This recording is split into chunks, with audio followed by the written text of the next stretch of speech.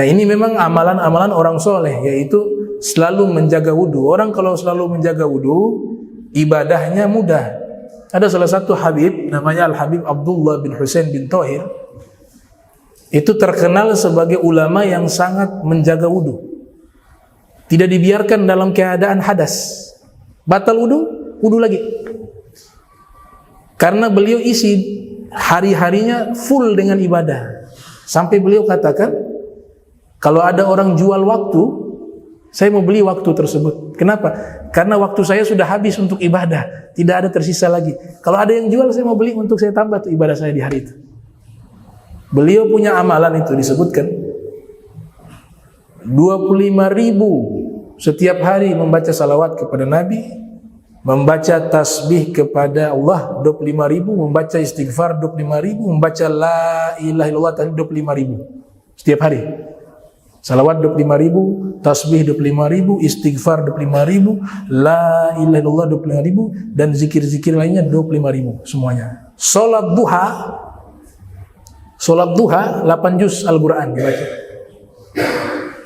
Salat malam dan munajat 10 juz Al-Quran. Sisa waktu ngarang kitab, ngajar, mengajar, ibadah. Habis waktunya. Sampai dikatakan kalau ada yang jual waktu, pada saya beli untuk saya tambah ibadah di waktu tersebut, di hari tersebut. Itu.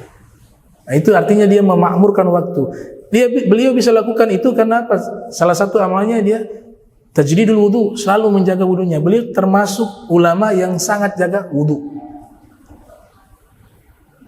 Nah, murid beliau Al-Habib Ali bin Muhammad Al-Habsyi yang menulis Maulid Simtud Durar itu adalah salah satu murid beliau. Habib Utsman bin Yahya Batavia, Mufti Batavia juga murid beliau. Beliau yang menyusun tadi Ya Arhamar Rahimin, itu termasuk adalah susunan beliau. Qasidah tadi, kemudian qasidah atau doa selepas belajar Ya Rabbana I'tarafna, itu juga ditulis oleh beliau. Kemudian kitab Sulamun Taufik itu juga ditulis oleh beliau. Itu beliau punya amalan, itu waktu satu hari itu full, gak ada celah, full, gak ada celah yang kosong, semuanya isinya ibadah. Sampai Al-Habib Ali bin Muhammad Al-Habsyi mengatakan, lau ja'a katib bayaktub, pakai lahjah Hadrami.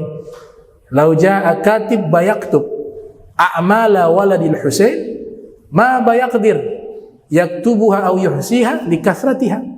Seandainya ada orang ahli menulis, dia mencatat seluruh amalan-amalannya Al-Habib Abdullah bin Husain bin Thohir, maka dia tidak akan mampu mencatatnya karena begitu banyak amal-amal ibadah yang dilakukan. Tidak mampu mencatatnya. Ada beliau punya munajat tuh. Ini beliau punya ibadah sudah luar biasa seperti itu, tapi dalam munajatnya, dalam qasidahnya tidak pernah menyebutkan punya amal. Gak pernah mengatakan, ya Allah saya punya zikir nih banyak seperti ini, tolong kabulkan doa saya. Ya Allah saya punya ibadah seperti ini. Gak pernah. Dalam munajat beliau mengatakan, ya Rabbi ma ma'na amal wa kasbuna kulluhu zalal lakin lana fika amal tuhyi idhama ramah. Ya Allah bihusnil khatimah qad hana hinul intiqal wal umru wali fid dalal lakin narju dzal jalal bijahi walid Fatimah umnun bihusnil khatimah. Beliau mengatakan dalam qasidahnya, dalam syairnya, ya Rabb, saya ini tidak punya amal. Tadi sudah disebutkan kan amalannya 25.000 ini, duha 8 juz, munajat tengah malam dengan sholatnya 10 juz, isi waktu ngajar, ngarang kitab, zikir dan seterusnya. Tapi munajatnya, ya Rabb, ma ma'na amal. Ya Allah, saya tidak punya amal. Kalau beliau tidak punya amal, kita ini apa kira-kira? Ya Rabbi ma ma'na amal. Diajarkan apa? Merasa kurang di dalam melakukan amal baik, tidak merasa puas. Ya Rabbi ma ma'na amal. Wahai Allah, saya tidak punya amal, kami tidak punya amal. Wa kasbuna kulluhu zalam. Usaha kami dalam amal semuanya banyak cacatnya, banyak kurangnya. Zalal. Diajarkan apa lagi? Kita jangan putus asa. Lakin lana fikal amal. Tapi kami punya harapan dengan rahmat-Mu ya Allah. Begitu. Kami punya harapan dengan rahmat-Mu.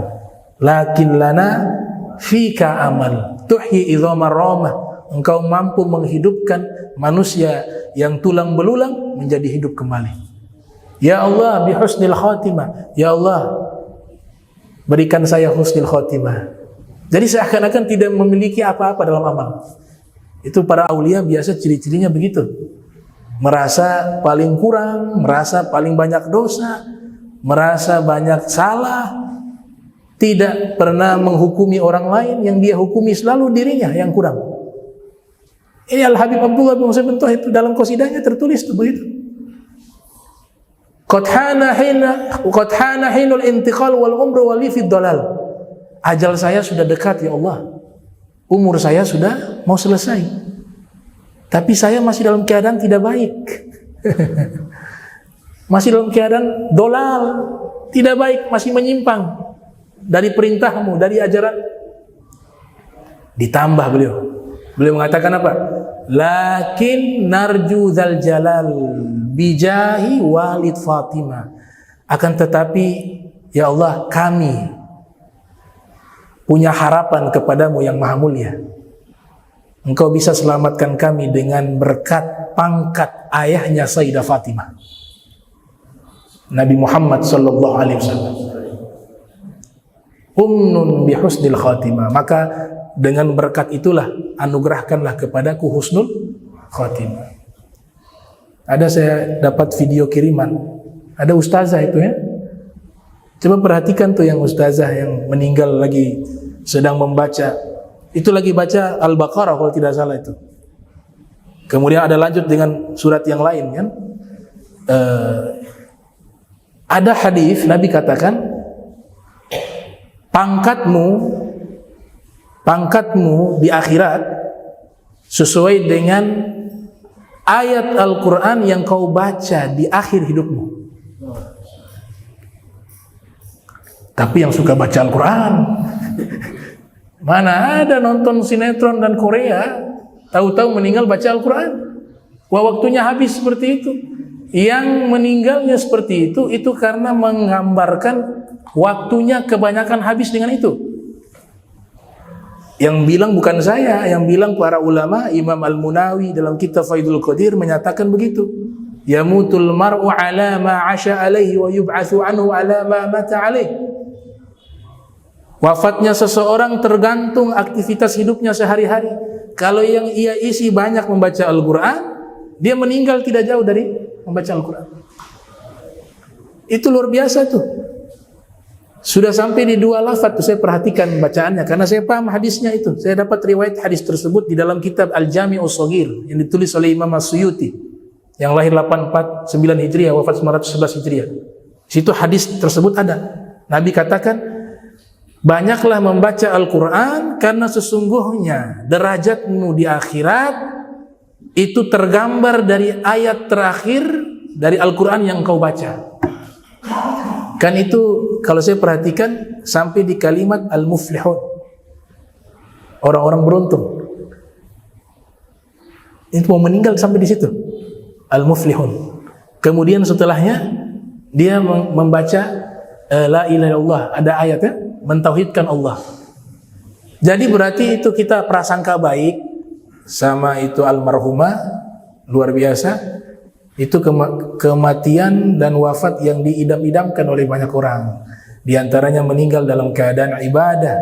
Kata Syekh Nawawi Al-Bantani, wa min alamati husnil khatimah, ada tanda-tanda orang meninggal husnul khatimah itu ada yang berkaitan dengan waktu, ada yang berkaitan dengan keadaan, ada yang berkaitan dengan tempat.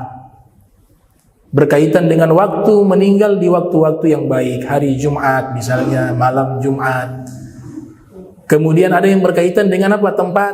Meninggalnya di mana? Di masjid. Meninggalnya di mana? Di majelis ilmu. Ada juga yang keadaannya lagi sujud, keadaan lagi membaca Al-Quran itu alamah min alamati husnil khatimah, daripada tanda-tanda meninggal dalam keadaan husnul khatimah. Dan ayatnya dibaca muflihun, orang-orang beruntung dia. Itu menggambarkan dia dapat bisyarah dari Allah, kabar gembira, kau punya tempat di akhirat bersama dengan orang-orang yang beruntung, karena bentuknya jama'al muflihun. Di Hadramaut pernah kejadian seorang penjaga masjid yang waktunya habis membaca Al-Quran, tidak sempat ngobrol sana sini, tidak menggibah orang, menggunjing orang, tapi habis dengan baca Al-Quran. Meninggalnya jarinya menunjuk ayat, kami berikan kepada orang-orang beriman surga Firdaus. Jarinya di situ waktu meninggal. Jadi megang Al-Quran begini, pas lagi baca Al-Quran jari di situ. Berarti magomnya di sana, Firdaus. Nah, makanya kalau ya baca ayat-ayat azab cepat-cepat lewat. Tahu-tahu meninggal pas tunjuk fi nari jahannam khalidina fiha abada. Wah, celaka. Di dalam neraka kekal selama-lamanya, neraka jahanam. Tapi gak bisa disetting, memang qadarullah, Allah yang atur. Allah yang atur dia di mana tuh dia selesai bacanya, di mana dia berhentinya, di mana itu Allah yang atur. Itu ada hadisnya dari Nabi Muhammad sallallahu alaihi wasallam.